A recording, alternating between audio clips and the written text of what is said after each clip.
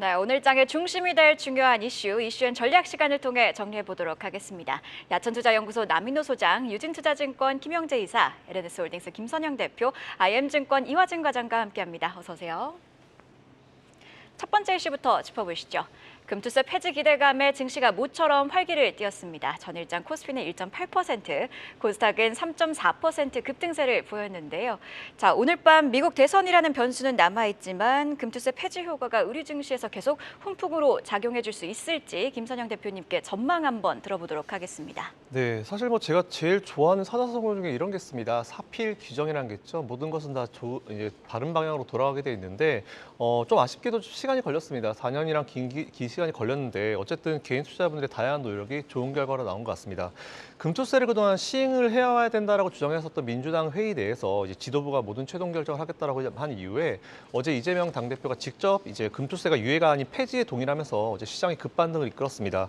특히 중소형주 위주의 코스닥 시장이 시가총액이 큰 대형주부터 시작해가지고 좋은 모습을 좀 보여서 코스닥 같은 경우는 3.43% 급등 마감했고요. 코덱스 코스닥 150 레버리지 같은 경우는 10.26% 급등 마감하는 모습을 어제 보여줬습니다.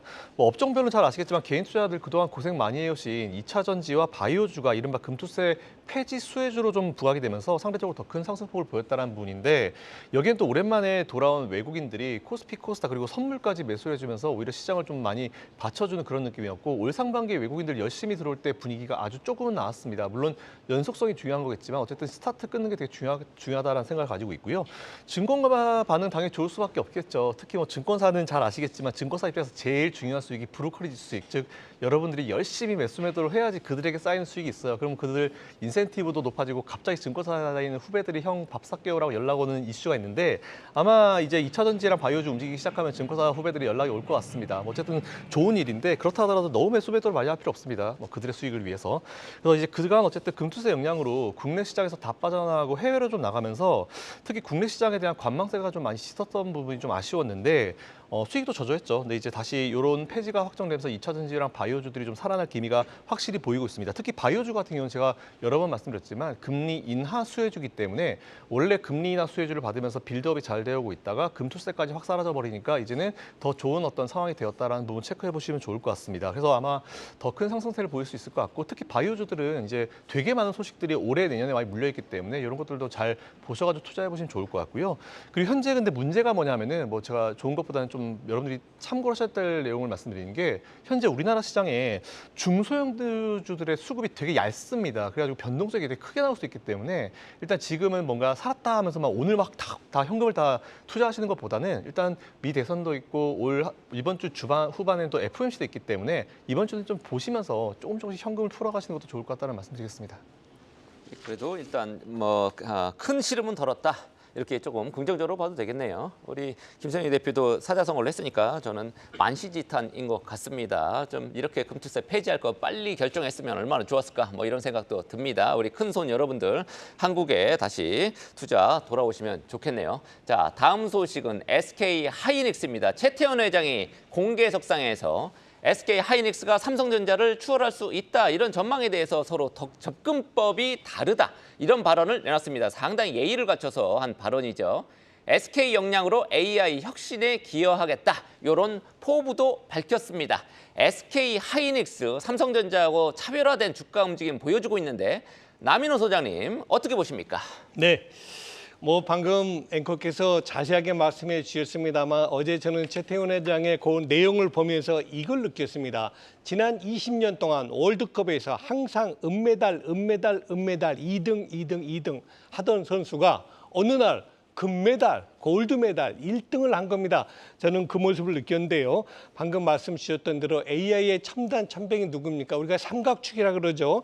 세계 최대의 파운드리 회사 TSMC, 다음 두 번째가 AI 가속기 시장에 독점적 지위를 가지고 있는 엔비디아. 그리고 이 두 회사가 잘 되기 위해서는 어디가 필요합니까? 그렇습니다.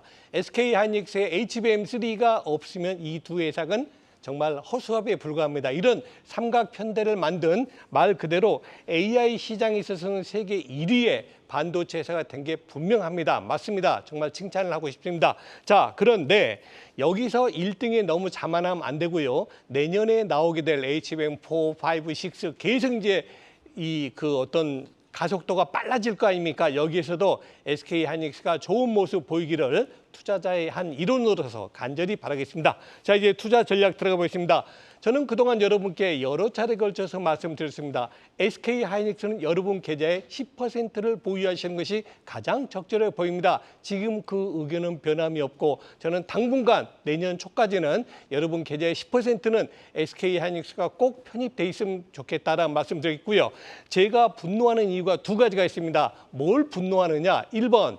24만 원까지 갔던 주식이 16만 원, 15만 원까지 내려오니까 한다는 말이 이 회사의 적정 주가는 12만 원이다. 이런 리포트. 저는 그런 리포트를 보면 분노심이 일어나요.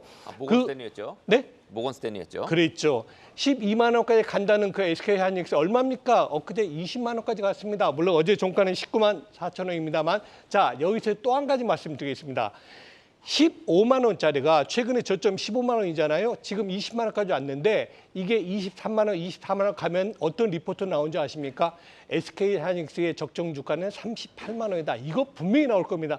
제가 여러분께 말씀드린 건 뭐냐? 거기에 속지 마시라는 얘기입니다. 저는 금년에 SK하이닉스는 전 고점대 24만 원대가 아주 적정하다라고 보는 것이지 뭐 30만 원, 40만 원 가면 좋죠. 그러나 그거는 너무나 꿈을 키우는 것이다. 결론은 저는 18만 원대는 매수 존으로 들어간다고 보고요. 매도 적정 주가는 23에서 24만 원이 좋다. 여기서 더 욕심을 안 내시는 게 좋겠다라고 정리를 드리겠습니다. 네, SK AI 서밋 작년까지만 해도 국내용이었던 행사였는데 올해에는 해외 AI 기업 CEO를 대거 초청하면서 글로벌 행사로 키웠습니다. 그만큼 위상이 높아졌다고 볼 수 있겠는데 주가도 그에 걸맞는 흐름을 이어가길 기대해 보겠습니다. 다음 소식입니다. 동해 심해가스전 이른바 대왕고래 프로젝트가 다음 달 첫 시추에 나섭니다. 사실상 첫 시추 위치는 확정된 것으로 알려지면서 전일장 관련 종목들이 상승 마감했는데요. 대왕고래 관련주 자세한 일정과 투자 전략 이화진 과장님께 들어보도록 할게요. 네, 이제 처음 이제 대왕고래 프로젝트가 나온 이후에 물론 스케줄은 계속 꾸준히 이제 제대로 이루어지고 있지만은 물론 이제 아직 해외 주관사 선정은 다시 또 미뤄지고 있는 상황입니다. 그러면서 최근에 대왕 관련주들이 이제 빠졌다가 뭐 어제 시추 확정 이슈가 나오게 되면서 이제 반등이 나왔었는데 물론 이제 여기서 이제 산업부 장관 이제 최종 승인이 나오게 되면은 이제 시추에 본격적으로 돌입을 할 것으로 보이고 있습니다. 그러면서 지금 웨스트 카펠라호가 이제 시추선이 이제 한국행으로 이제 출발하게 되면서 아마 다음 달 12월 아마 중순쯤에 시추를 시작하지 않을까라 생각을 하고 있습니다. 일단 1차 시추는 일단 우리나라 이제 한국 이제 석유공사가 이제 단독으로 진행하게 될 것이고 물론 총 5차까지 있을 것으로 보이고 있는데 결국 이제 주 포인트는 해외 주관사 선정입니다. 결국 이제 해외 메이저 이제 오일사가 이제 어디가 이제 들어오냐가 굉장히 좀 중요할 것으로 보이고 있는데 뭐 엑슨모빌이나 뭐 아람코나 뭐 이탈리아의 뭐 오일사 같은 후보들이 굉장히 많은 측면이 있지만은 총 이제 시추 비용이 대략 한 5천억 정도가 듭니다. 일단은 1차까지는 일단 시추가 시작이 되고 내년 상반기쯤에 이제 결과가 나올 것으로 보이고 있는데 아마 그 결과 이제 전후로 해서 이제 해외 주관사가 이제 선정이 되지 않을까 생각하고 있습니다. 이미 지난 이제 가이아나나 수리남과 같은 일단 사례가 일단 충분히 있는 부분이 있는 상황이기 때문에 결국에는 그거에 따라서 이제 해외 주관사 선정에 그럼 대왕고래 프로젝트에 대한 기대감이 충분히 좀 커지지 않을까 생각을 하고 있고요. 물론 총 140억 배럴 정도 상이긴 하고 물론 상업화 되는 데는 2035년이긴 하겠지만은 결국에는 내년 상반기까지 대왕고래 프로젝트가 계속 지속성을 보이기 위해서는 어느 정도 좀 더 이제 신뢰성 있는 부분들, 특히 뭐 해외 주관사 선정과 같은 부분들이 좀 나아져야 좀 분위기가 달아오르지 않을까 생각을 하고 있습니다. 네, 알겠습니다. 지금 속보가 하나 나왔다고 하는데요. 네, 10월 소비자 물가지수 상승률이 1.3%를 기록하면서 3년 9개월 만에 최저치를 기록했고요. 두 달 연속 1%대 흐름을 이어갔네요. 네, 9월에 1.6 상승한 걸로 제가 기억하고 있는데 1.3으로 더 떨어지고 있습니다. 뭐 그건 다행스러운 일이네요. 자, 우리 대왕고래 시추 결과가 내년 상반기쯤에 나올 것으로 예상이 되죠. 첫 술에 배부를 수는 없는 만큼 기대를 너무 크게 갖지 않고 인내심을 갖고 끝까지 해봤으면 좋겠습니다. 자, 다음은 종목 하나 보겠습니다. NC소프트입니다. 올해 3분기 적자 기록했습니다. 적자 해결을 위해서 고강도 체질 개선을 가속화하겠다. 이런 입장을 내놨는데 우리 NC소프트 투자자들 어떻게 지금 판단을 해야 될지 김영재 이사님한테 들어보겠습니다. 네, NC소프트가 3분기 이제 영업적자 143억 원을 기록하면서 2012년 2분기 이후 거의 12년 만에 첫 분기 적자를 전환했는데 영업 컨센서스였던 79억도 미달하면서 시간외로 2.7% 하락하는 모습을 보였습니다. 3분기 적자 전환은 기존 게임의 매출이 조금씩 감소하는 추세가 지속된 상황에서 신작이 연달아 흥행에 좀 부진에 빠졌고 여기에 영업 비용이 증가했기 때문인데요. 기존에 높아진 인건비는 그대로 유지되는 상황에 신작 런치에 따른 마케팅 비용 증가가 이번 적자 전환의 핵심 원인이었다고 할 수 있습니다. 현재 그 NC소프트 같은 경우는 대부분의 인력과 기능이 본사에 집중되어 있는 상황이라서 고정비 부담이 높아서 매출이 조금만 감소해도 이익 감소폭이 더 크게 나타나는 고질병을 안고 있는 상황인데 이런 문제점을 해소하기 위해서 NC소프트가 이제 물적 분할을 통해서 세 개의 독립된 게임 개발 스튜디오가 출범되고 또 한 개의 AI 전문 기업을 신설하기도 했고 또 희망퇴직도 실시하고 여기에 진행 중인 6개 프로젝트를 중단해서 대대적인 인력 구조를 좀 조정해 나섰다라고 보시면 될 것 같습니다. 이에 따라서 이제 향후에는 인건비에 대한 어떤 부담이 상당히 좀 낮아질 것으로 보이는데 그렇지만 이제 일단 4분기에는 추가적인 일회성 비용이 좀 발생이 불가피하다라고 회사 측에서 밝힌 만큼 아직까지 실적에 대한 기대감은 좀 낮아질 것으로 보이지만 그래도 기대할 수 있는 것은 매출 측면에서 10월 런칭한 뚫어낸 리버티가 북미 지역에서 어떤 매출이 꾸준하게 잘 나오고 있고 또 4분기 출시 예정인 신작 저니어무 모나크가 사전 예약 400만 명을 돌파해서 실적에 좀 성장에 도움을 줄 것으로 기대하고 있습니다. 이번 실적이 일단은 바닥일 것으로 일단 기대할 수 있기 때문에 주가는 추가 하락보다는 횡보 또는 약간 소폭 하락한 이후에 반등할 것으로 일단 기대할 수 있는데 다만 실적 정상화는 1분기가에 기대되는 만큼 기대감만큼으로 좀 주가가 반등하기에는 한계가 있다라고 볼 수밖에 없습니다. 따라서 본격적인 투자는 4분기 실적을 좀 확인한 이후에 하셔도 나쁘지 않다라고 저는 개인적으로 판단하고 있습니다. 네, 중국에서도 뭐 NC소프트 신규 판호 허용한 것도 있고 그 호재로 좀 작용했는지 최근에 주가는 조금 올라줬단 말이죠. 3개월 차트 좀 아까 나온 거 보니까 한 6, 7% 정도 급등을 했던데 그런 거 감안하더라도 4분기의 반영을 기대하기보다는 내년 1분기 정도 이렇게 노려봐라 이렇게 이제 얘기하시는 거죠? 네, 그렇습니다. 사실 4분기도 뭐 매출 단에서는 충분히 기대를 할 수 있는 부분이 많은데 그렇지만은 그거에 따라서 분명히 주가도 반응할 것입니다. 근데 최근에 게임주가 이렇게 신작에 대한 기대감으로 올라갔다 다시 하락하는 이런 게 반복되고 있습니다. 그래서 추세적 상승을 기대하기보다는 일단은 수급이 좀 개선되는 모습을 확인하면서 점진적으로 좀 접근하시는 것이 좀 필요하지 않겠느냐라고 판단하고 있습니다. 네, 게임주 투자 전략 들어봤는데요. 바로 이어서 오늘 아침에 나온 리포트도 한번 확인해 봐야겠죠. 가장 빠른 리포트 앤 공시 박정원 캐스터가 준비했습니다. 오늘 아침에 나온 리포트 정리해드리는 가장 빠른 리포트 앤 공시 시간입니다. 실적을 발표한 기업들을 중심으로 증권가가 부지런히 리포트 발행했습니다. 그 가운데 SK이노베이션 그리고 앞서서 살펴보신 NC소프트에 대한 목표가 상향 보고서 발간됐고요. 하향 보고서로는 KB증권이 SKI테크놀로지를, 신한투자증권이 골프존에 대한 의견을 제시했습니다. 한편 하나증권은 한국타이어앤테크놀로지와 SK텔레콤의 목표 주가를 각각 5만 원 그리고 7만 원 으로 유지 보고서 냈는데요. 먼저 SK이노베이션 리포트부터 체크해 보겠습니다. 오늘 5개의 증권사가 SK이노베이션에 대한 보고서를 발행한 가운데 메리츠증권은 목표가를 12만 원에서 13만 원으로 8% 상향 조정했습니다. 3분기 정유 부분의 재고와 마진이 하락하며 영업적자 4,233억 원을 기록했지만 4분기 SK온의 신규 라인 가동으로 기존 고객사 향 출하 불확실성을 해소할 수 있다고 분석을 했는데요. 또 ENS의 합병을 통한 연결 손익과 재무 여건 개선은 긍정적이라고 판단을 했습니다. 지난 10월 기업가치 재고계획 공시를 통해서 올해부터 내년까지 DPS 최소 2,000원, 2027년 이후로는 ROE 10% 달성을 통해서 주주환원율 35% 이상의 목표를 제시했는데요. 합병 범위 내 시너지로 이 주주가치 재고를 증명해야 한다고 언급한 점도 투자에 참고해 보시죠. 이어서 NC소프트 리포트 확인해 보겠습니다. 오늘 7개 증권사가 NC소프트에 대한 평가를 내놓은 가운데 대부분의 증권사들이 20만 원대 목표가를 제시하며 목표가를 상향하거나 또 유지했습니다. 상상인증권은 목표가를 26만 원으로 올려잡으면서 투자 의견 매수를 제시했는데요. 호연의 부진으로 3분기 매출 4,019억 원, 영업손실 143억 원을 기록하며 영업이익이 컨센서스를 하회했지만 그래도 예상 범위 내였다는 평가가 나옵니다. 또 밸류에이션의 불확실성은 여전히 높지만 하방은 제한적이라고 분석을 했는데요. 내년에 아이온2나 택탄 같은 무게감 있는 신작들이 출시될 예정이고 Throne and Liberty의 글로벌 히트와 리니지2M의 내년 하반기 중국 출시까지 더해지길 기대한다고 전했습니다. 지금까지 가장 빠른 리포트앤공시 박정원이었습니다. 계속해서 소식 이어가도록 하겠습니다. 금투세 도입이 폐지 수준에 들어가면서 개인 매매 비중이 높은 2차 전지주에 대한 기대감이 깃들고 있습니다.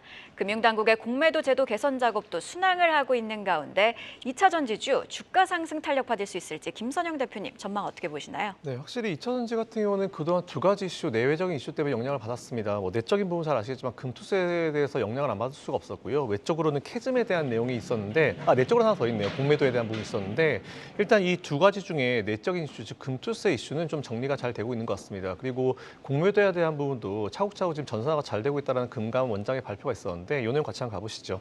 다행히 어쨌든 유예가 폐지로 결정됐습니다. 이에 따라서 한동안은 우리가 이걸 신경을 안 써도 되겠다는 그런 수준까지 올라왔고요. 어쨌든 우리나라 수급이나 우리나라 시장을 위해서는 정말 좋은 최선의 어떤 선택을 하셨다는 그런 생각을 하고 있습니다. 이처럼 금투세가 유예가 아닌 완전 폐지로 결정이 되면서 그러니까 우리 개인 투자자들의 투자 비중이 높았던 그런 업종들 쪽으로 확실히 빠르게 수급이 유입이 다시 되는 그런 분위기가 나왔습니다. 물론 아직까지 손실은 크신 상황일 거예요. 이에 따라 가지고 가실 길은 멀지만 지금까지 예를 들어서 말씀드리면 지금까지는 뒷걸음질 쳤는데 이제는 앞걸음으로 가고 있다라고 이제 해서 그 걸음이 빠르진 않겠지만 그래도 이제 앞으로 나갈 수 있는 그런 상황이 된 것 같습니다. 일단 어제 보니까 코스피 쪽에서는 SK 하이닉스 6.48%, 물론 이거는 금투세 이슈도 있겠지만 젠스당 이슈도 있었죠. 어제 콜 이슈가 좀 있었기 때문에 이거 좀 논외로 두고요. LG엔솔 3.27%, 셀트리온 같은 경우 3.48%좀 오랜만에 괜찮은 모습으로 마감을 했습니다. 그리고 코스닥 같은 경우도 대장인 알테오젠이 9.26% 올랐고요. 그리고 에코프로비엠 7.25, 에코프로 7.37.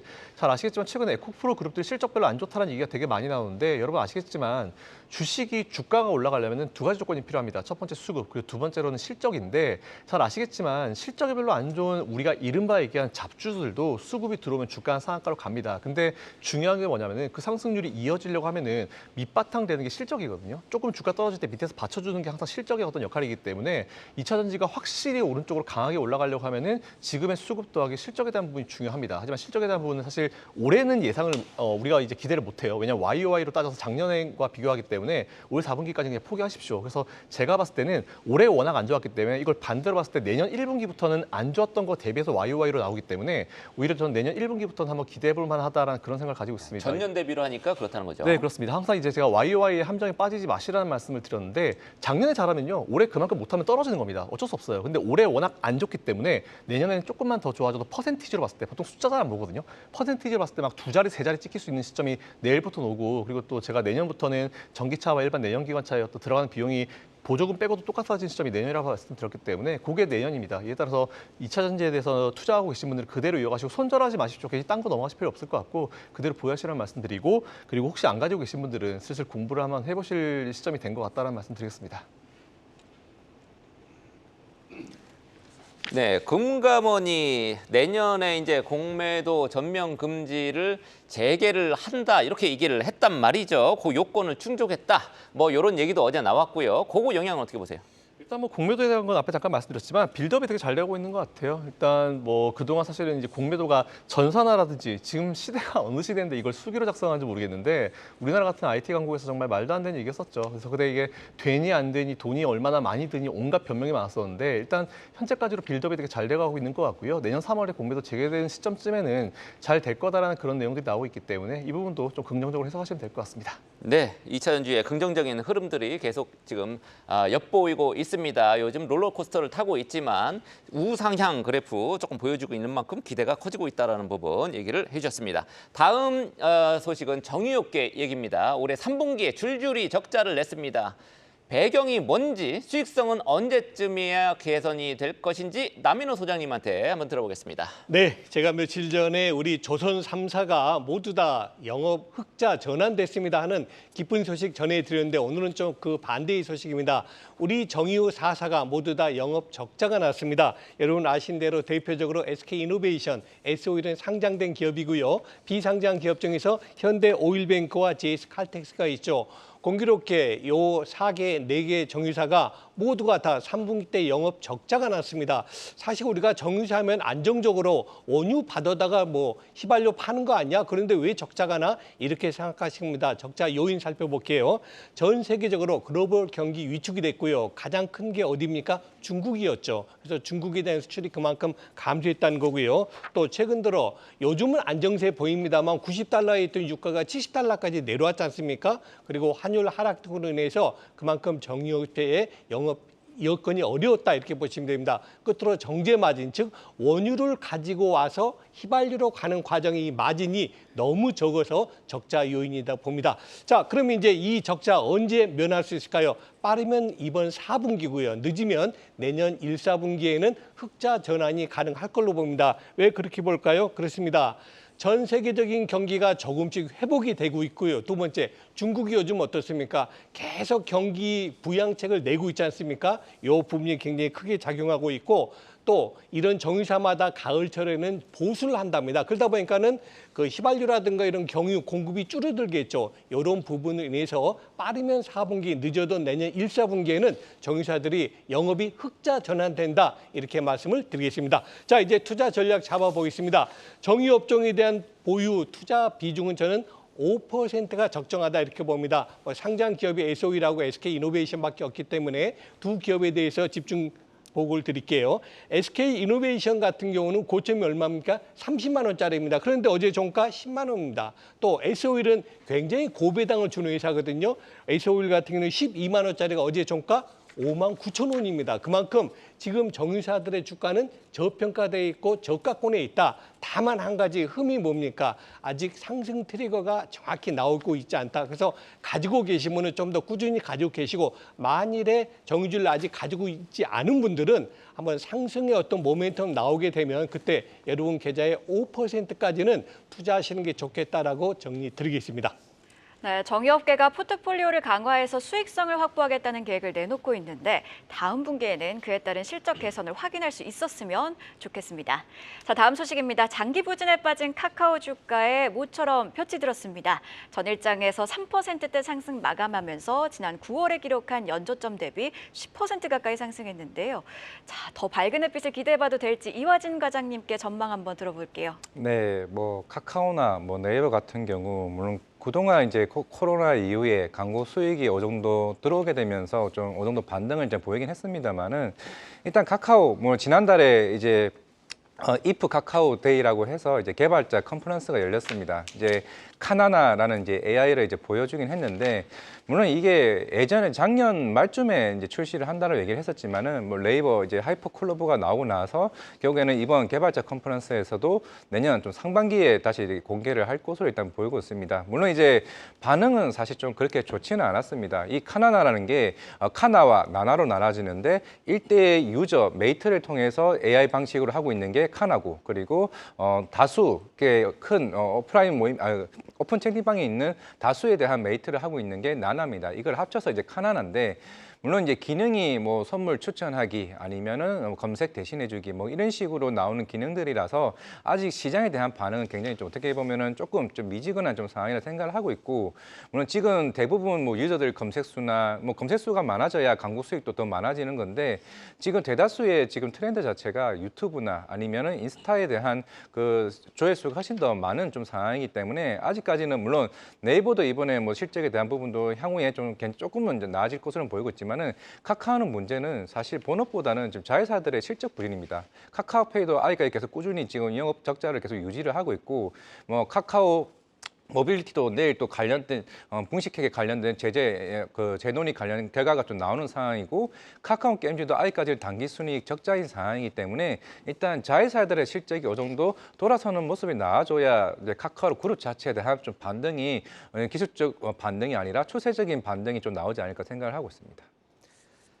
네, 지금 시간 8시 19분 지나고 있습니다. 장 개시까지 한 40분 정도 남았는데 지금 우리 개장 전 체크포인트 또 확인을 해봐야 되겠죠? 김영재 이사님.